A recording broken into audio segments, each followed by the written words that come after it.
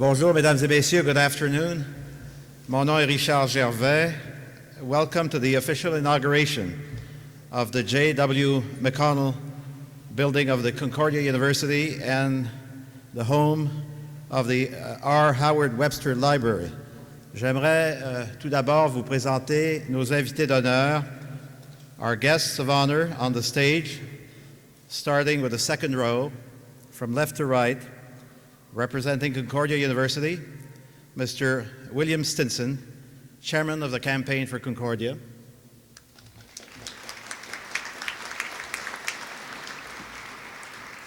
Madame Bérangère Gaudet, secrétaire générale de l'Université.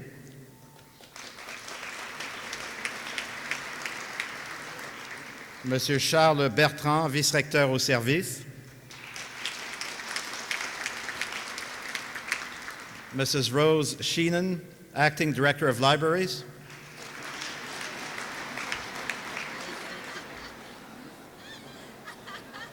I'm reading my text, I'm sorry. We'll correct that later. Maurice Cohen, Vice Rector, Institutional Relations and Finance.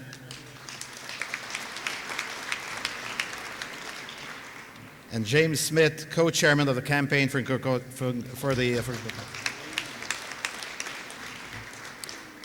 Maintenant, la première rangée, the first row, from left to right. I see we do have a, yes. My task has not been made easier. We'll correct that. They're so well known, they need no introduction.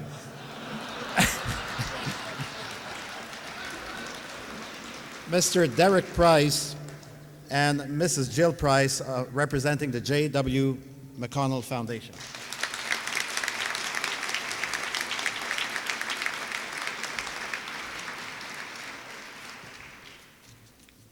Equally well known, Messrs. Lauren and Norman Webster, representing the R. Howard Webster Foundation.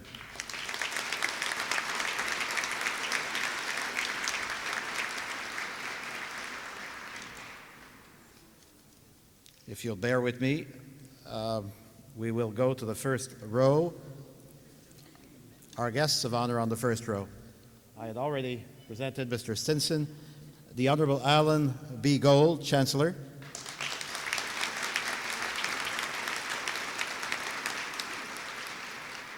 La ministre de l'Éducation supérieure et de la Science du Québec, Madame Lucienne Robillard.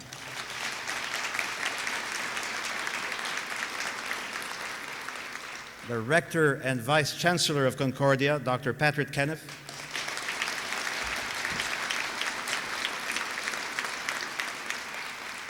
And the Chairman-elect of the Board of Governors of Concordia, Reginald Groom.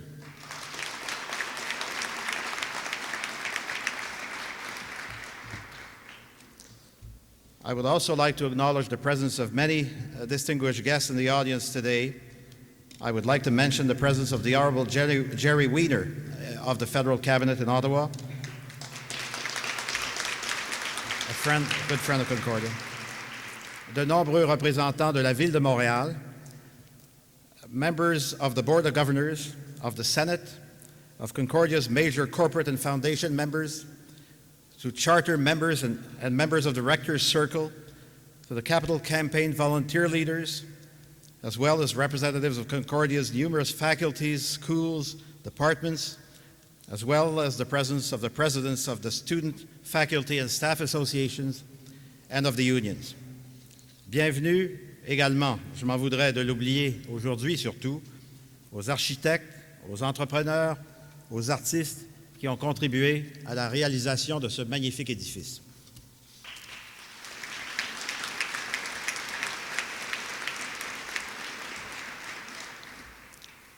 Sans plus tarder, Mesdames et Messieurs, je demanderai maintenant au chancelier de l'Université, l'honorable Alan Gold, de nous adresser la parole.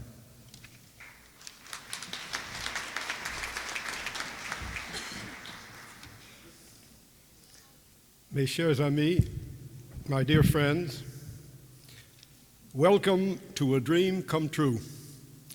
Bienvenue à un rêve réalisé. We celebrate today the inauguration of this wonderful building, the J.W. McConnell Building, with pride and with joy, and need I add, with much relief. 20 years and more we have dreamed and waited for this day, and here it is. I, for one, can hardly believe my eyes. And what a building it is.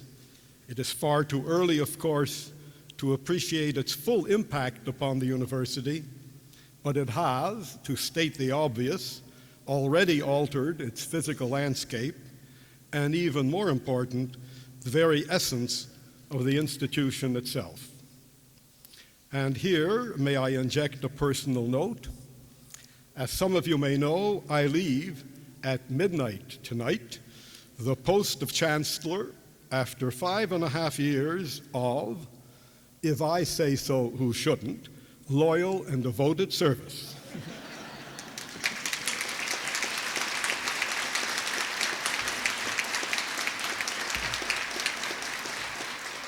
I wanted to be sure to get that in case the rector forgot.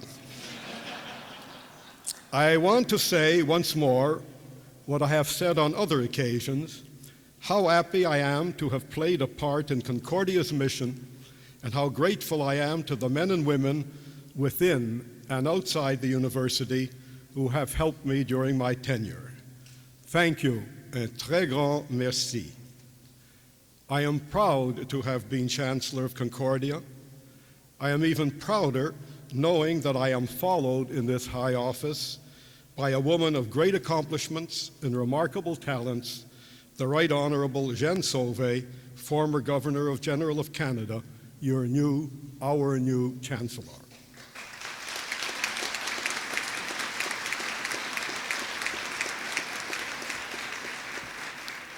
The opening of this building and its centerpiece, the R. Howard Webster Library, is the result of the energetic participation of hundreds of people, thousands of people, both within the Concordia community and beyond its doors. It was also made possible through the financial assistance of thousands of students, faculty, administrative staff, graduates, and friends in the business community and elsewhere throughout the country. To them, our heartfelt thanks.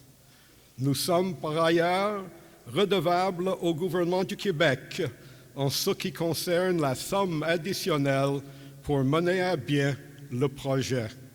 Au total, la construction du pavillon McConnell aura nécessité des investissements de l'ordre de 65 millions de dollars. Que tous trouvent ici le témoignage de notre gratitude.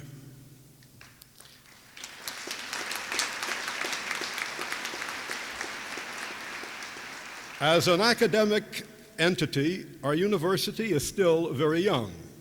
It became known under the banner of Concordia a short 18 years ago with the merger of Loyola College in Notre-Dame-de-Grâce and Sir George Williams University downtown. Concordia is nonetheless still one of the province's oldest university-level institutions. The origins of Sir George Williams date back to the last century, to the very first night courses given through the YMCA in 1873, and Loyola College, for its part, opened its doors to its very first students in 1896 downtown on the very corner of St. Catherine and Glory. While the marriage of the two institutions was first conceived as un mariage de raison, today I am pleased to say it has blossomed into un mariage d'amour. En effet, depuis ce temps-là, Concordia ne cesse de jouer un rôle grandissant d'institution de savoir et de formation au sein de la communauté montréalaise, tout autant que dans la vie intellectuelle au Québec et au Canada. Notre université compte actuellement plus de 26 000 étudiants et étudiantes. Parmi ce nombre, près de la moitié poursuit des études à temps partiel. C'est là une de nos principales caractéristiques qui trouve ses origines, comme je viens de le dire, dans la fondation de l'université. The construction of the J.W. McConnell building, with a total surface area of 120,000 square feet, constitutes an invaluable acquisition for all those who use library services at Concordia. Until now, as you know, because of space constraints, downtown library users and library staff were forced to make frequent trips to and from the four buildings where our collection of books and other materials was made available. This, we are glad to say, is now past history. Along with the Georges P. Vanier Library, whose $8.9 million expansion and renovation was completed on the Loyola campus in 1989, Concordia can at long last provide its students, professors, researchers, and others with the kind of state-of-the-art information center that is vital to the acquisition, development, and preservation of knowledge. There have been, as you know, other recent additions at Concordia, most notably a beautiful concert hall and a new football stadium, both at Loyola. But this building, the building we are now in, with its library, its art gallery, its cinema, and so much else, is truly the vehicle that will allow us to say that as of 1992, Concordia has truly turned a page in its history. Well, it's time to go, but I cannot leave you without calling to mind the horrible events that plunged our entire community into the depths of sorrow and despair. What is there to say, and who is wise enough to say it? We all know that words are at best poor comfort in those circumstances, but we can only hope that the families of the four beloved colleagues we lost will find some consolation and strength of spirit in knowing that we all grieve with them and will never forget them. And as a testament and tribute to the dedication and to the commitment that our colleagues brought to their years of service at Concordia, I would ask you to rise now for a moment of silence to honor the memories of Matthew Douglas, Michael Hogben, Jan Saber, and Foivos Ziogas. Je vous demanderai, s'il vous plaît, une minute de silence en leur mémoire.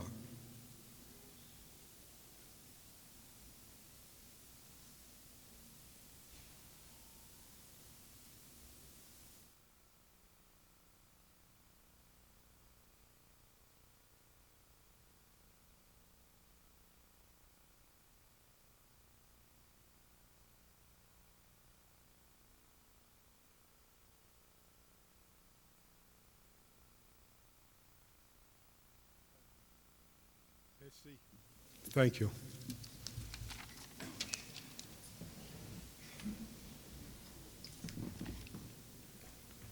Merci, Chancelier Gould.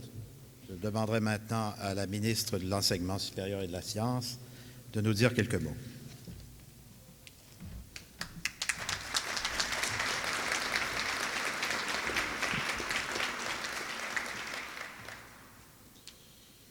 Mesdames et messieurs, dear friends,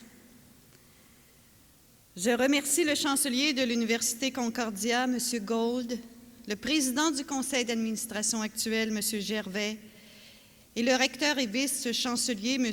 Keniff, pour l'aimable invitation qu'ils m'ont adressée à venir célébrer avec vous l'inauguration du nouveau pavillon J.W. McConnell de l'Université Concordia. Cette rencontre me permet d'abord de féliciter M. Keniff d'avoir accepté la présidence de la Société des fêtes du 350e anniversaire de Montréal, geste qui témoigne éloquemment de son intérêt à contribuer activement à la vie de Montréal, tout comme l'Université Concordia, dont il est le recteur et le vice-chancelier. Je suis heureuse que les autorités de l'Université Concordia aient voulu marquer officiellement l'ouverture du nouveau pavillon de la bibliothèque, car sa réalisation comporte plus d'une signification importante pour les services offerts à la communauté universitaire, mais aussi à la population montréalaise. Over the last few years, Concordia University has suggested that the government place emphasis on the improvement of library services under its renovation and construction program. That's how Loyola campus came to have the George P. Vanier Library, and how the downtown campus will now have its own library.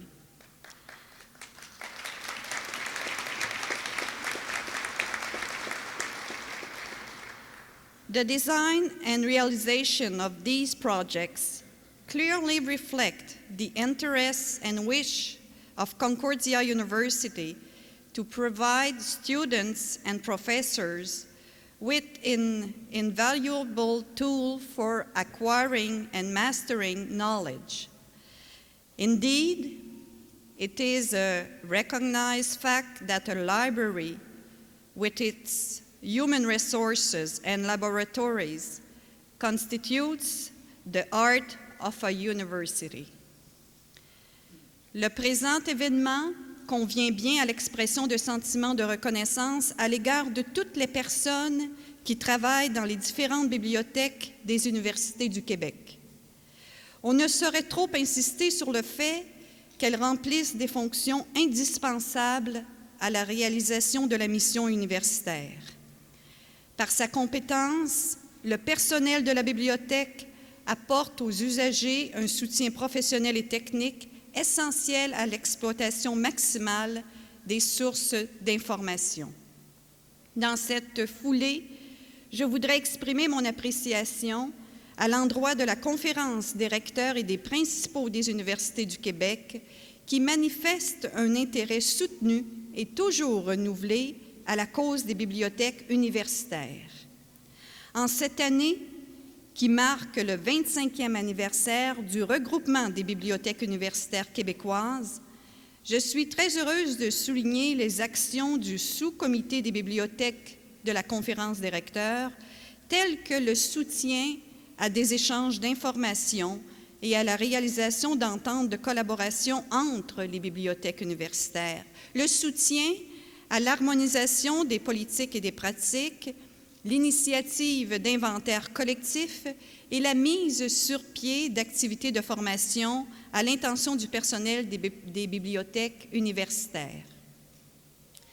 Concordia University authorities wanted to take advantage of the construction of this new pavilion to house, in addition to the library, facilities that will benefit the general public, such as an art gallery and cinema. With the Loyola Campus Concert Hall, Concordia University now has a major group of premises devoted to artistic, musical, literary, and theatrical expression for the pleasure and benefit of the people of Montreal and of Quebec as a whole. Concordia University, like other Montreal universities, continues to make a remarkable contribution to the dissemination of Quebec's cultural values, much to the honor of this university's staff and students. To date, the Quebec government has earmarked $40 million to build this stately pavilion. This sum represents a considerable contribution to the university, to Montreal's economy, and to the local job market.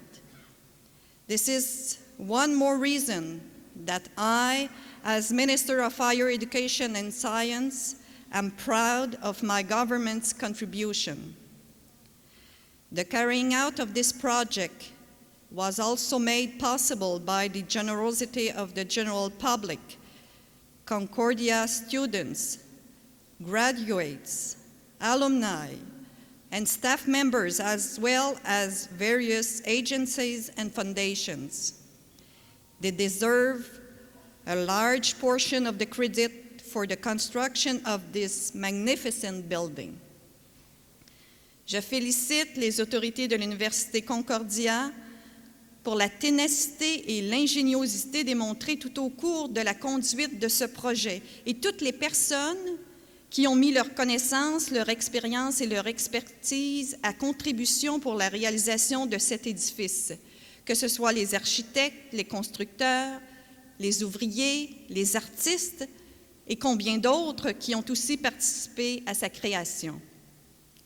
Je souhaite que l'esprit d'ouverture, de générosité et de solidarité qui s'est manifesté à chacune des étapes de réalisation de ce projet se perpétue comme un gage de grande fécondité et d'un avenir prometteur et serve de support à l'effort de nos jeunes dans l'étude et le travail. Merci.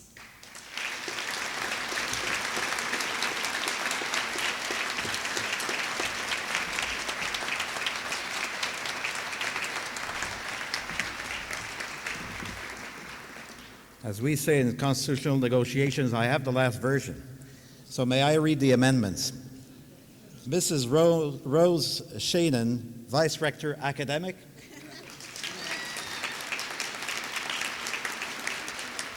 And Mrs. Irene Sendek, Acting Director, Libraries.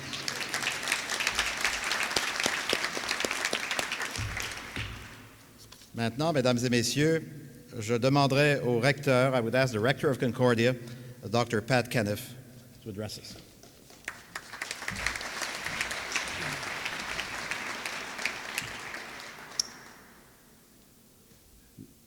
Richard, now that you've corrected your script, I can say thank you to you, as I was going to, in any event, as an alumnus of this university, for having agreed to act as the Master of Ceremonies today. Mr. Chancellor, Madame la Ministre, distinguished members of the Platform Party, you now know them all, faculty, staff, students, alumni, and friends of Concordia University, Mesdames et Messieurs. Today was meant to be a happy day. Through no choice or wish of ours, a shadow has been cast over it by the tragic events that struck this university last August 24th. 4 of our colleagues died and 1 was wounded in one of the most brutal and senseless acts of violence that one could imagine occurring anywhere, especially in a university. In the wake of these terrible events, it was legitimate for us to ask ourselves whether we had the strength to go ahead with today's official inauguration. Well, for many reasons, the answer was affirmative. This is a moment that Concordia has been waiting for as long as the university has existed, and even longer. More recently, as the building emerged from the ground, expectations rose that the 1992-93 academic year would start with the inauguration of this long-awaited facility, ushering in a new era in our university's history. We are also, all of us, very much in need of healing, and this moment is, I submit to you, a very vital part of that process. Finally, this moment is one that was eagerly awaited by our 4 colleagues, no doubt one that they were looking forward to attending. Let us offer this ceremony to them and say to them, to Michael, to John, to Matt, and to Phoebus, this day is dedicated to you. We are thinking of you and remembering you.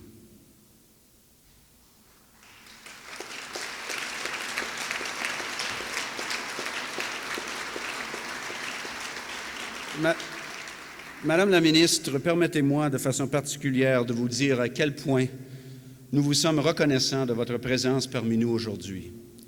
Ces jours-ci sont particulièrement actifs pour vous. La rentrée des collèges et des universités, les affaires courantes du gouvernement et surtout cette échéance référendaire du 26 octobre qui vous accapare à titre de député et de ministre. Que vous ayez trouvé le temps de vous joindre à nous pour cette cérémonie d'inauguration, alors que nous traversons tous une période si pénible de l'histoire de notre université, cela nous honore, nous réconforte et nous encourage à affronter l'avenir. Merci.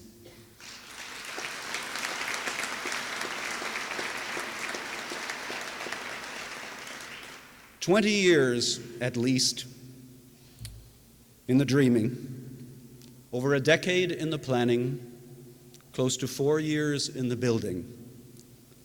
The process often seemed endless, occasionally hopeless. Even Linda Frum poked fun at us in her irreverent review of Canadian universities. The dominant Concordia myth was that there was going to be a new library downtown. Yet here we are. And yes, Linda, there is a new library downtown.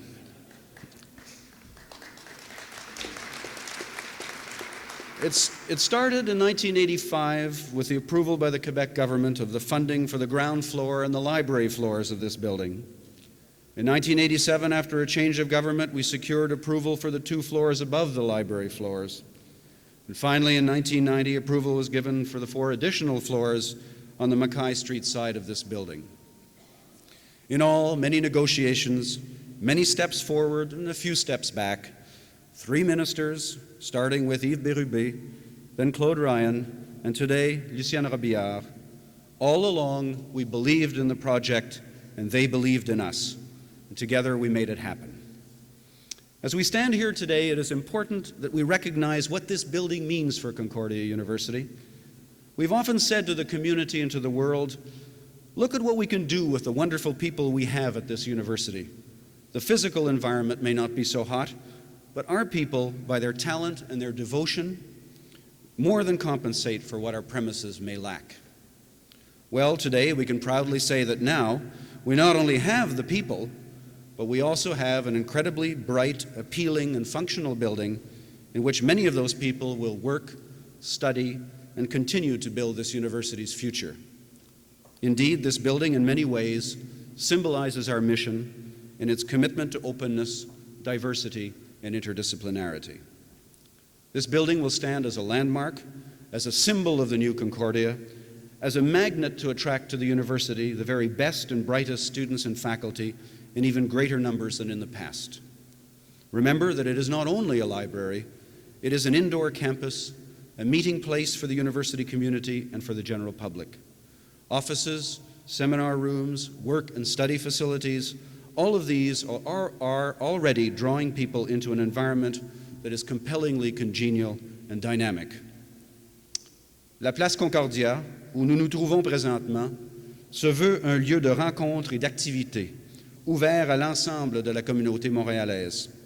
Ici, au centre-ville, nous n'avons pas d'espace de verdure comme on en retrouve sur un campus plus traditionnel. Mais Concordia n'est pas une université traditionnelle. Nous nous définissons comme une université urbaine, ouverte à tous les courants de pensée et de culture qui sont l'apanage d'une métropole de la taille et du dynamisme de Montréal. Nous espérons que cette place constituera dorénavant le cœur du campus Sir George Williams, un pôle de la vie intellectuelle et sociale de notre université. If it took 20 years to go from the first hesitant dream to this day, it would take me almost as long to thank everyone who contributed through their imagination, their hard work, and their donations to making this dream come true. But I don't have 20 years. I don't even have 20 minutes. So to all those whose names cannot be mentioned here, and they are legion, I say from the bottom of my heart, and on behalf of the entire Concordia University community, including our many alumni, friends, and supporters, thank you. Yeah.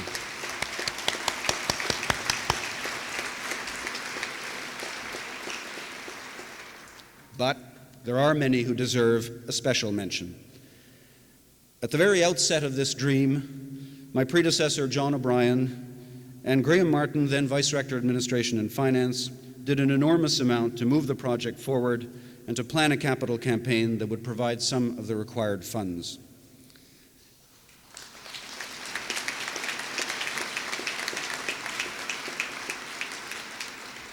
In the early planning stages after 1984, there were those who worked tirelessly in and through my office to secure the funding and develop the concept.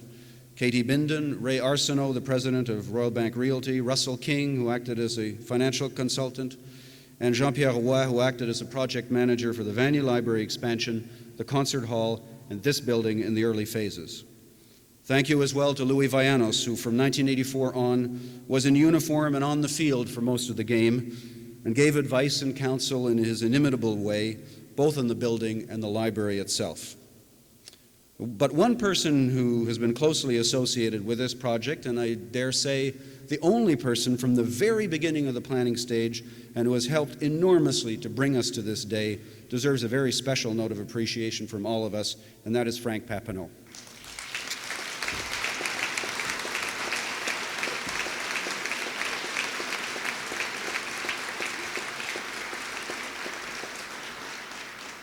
There were many other members of the senior administration who were deeply involved in both the planning and the execution phases of the building program and who deserve special thanks. Charles Giguère as Vice Rector Services for over 5 years.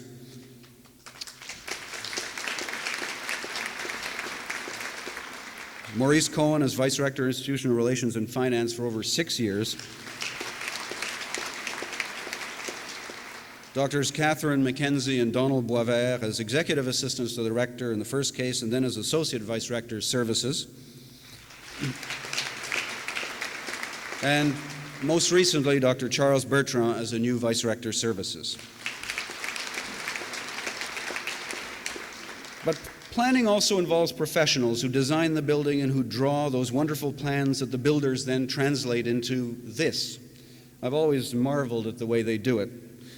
We saw them crawling over the site with their plans, and it all seemed to emerge in order. So to our architects, a very special vote of thanks. You were there through some trying moments, but stuck it out all the way. The consortium of Werleman, Guy, Blouin, et Associés, and particularly André Blouin, Jacques Plante, Michael Werleman, and Jean-Eudes Guy.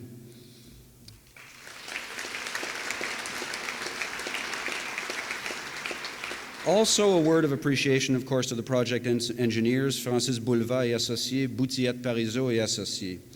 The university was also advised in the design phase by an architectural committee which commented on the design ideas submitted by our architects.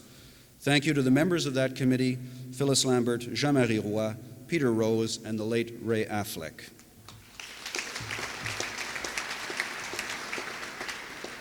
Then there are the builders. There were two, of course, because in an effort to gain time, we proceeded to award a contract for the excavation of the site and the partial demolition of the Royal George, while the plans for the building were still being approved by the ministry. Un merci très chaleureux à la firme de Hervé Pomerleau, responsable du contrat d'excavation et de démolition partielle du Royal George, et à J.E. Véraud et Fils Limité, entrepreneur général pour la construction de ce pavillon.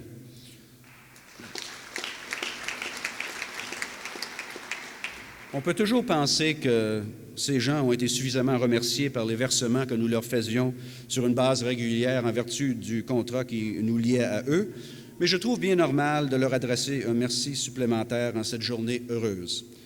Les questions en suspens, il y en a un bon nombre, ne viendront pas troubler la joie que nous ressentons tous aujourd'hui. During the construction phase of the project, one of the most important tasks was the regular supervision on behalf of the university of everything that is done on the site. Meetings with architects, the general contractors, subcontractors, and a host of other professionals and trade persons. While many people helped in this job, one deserves to be singled out in particular, and that's Michael de Grappa.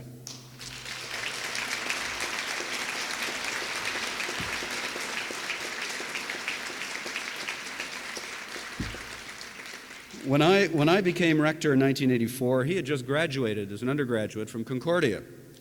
He went on to do his master's degree in public administration at Columbia University, and then came back to Concordia, probably never dreaming that he would be thrown into the maw of the beast.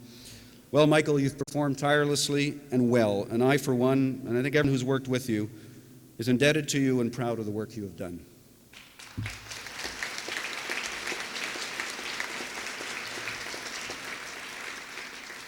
The work of art that adorns this building is part of the government-sponsored art program, which requires that 1% of the building budget be used for the integration of a work of art into the structure. I want to congratulate the artists who created a work that truly breathes life and movement into the center and the recesses of this vast complex. The principal occupant of the J.W. McConnell building will, of course, be the Sir George Williams component of the university library system. Planning for the move of the library